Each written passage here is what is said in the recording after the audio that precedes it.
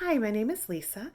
I really appreciate your video blog, and I just wanted to respond to a few things that also stood out to me. I know that you had reviewed the ACA Code of Ethics, and I appreciate some of the findings that you found in that article.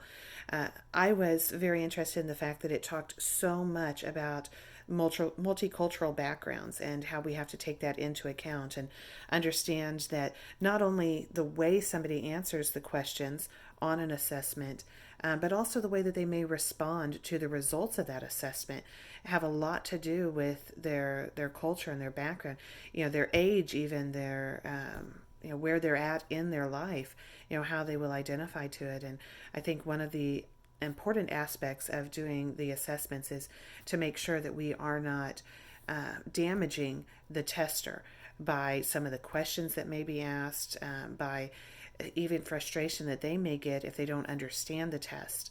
And then with the results, if the results could be damaging to them because of what it reveals. Those are all things that we definitely want to take into consideration. The actual paper that I chose to review was the rights and responsibilities of the test taker.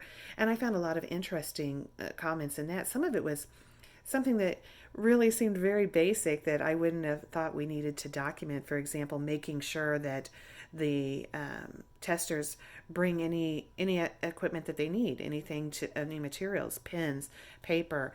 Are they allowed to use a computer? Are they allowed to use a calculator? All of these things may come into play depending on what assessment you are using, what test they're doing.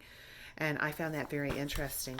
A few other areas that really just kind of stood out to me with that particular test, or with that particular paper, also included the way that you have to explain in detail if there are any changes in the testing location, the time.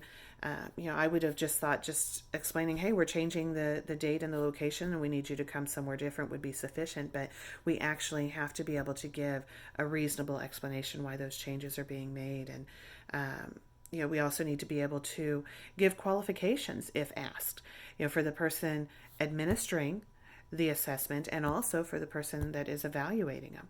So we need to make sure that we have those available and that information is there if someone does decide to ask us for it.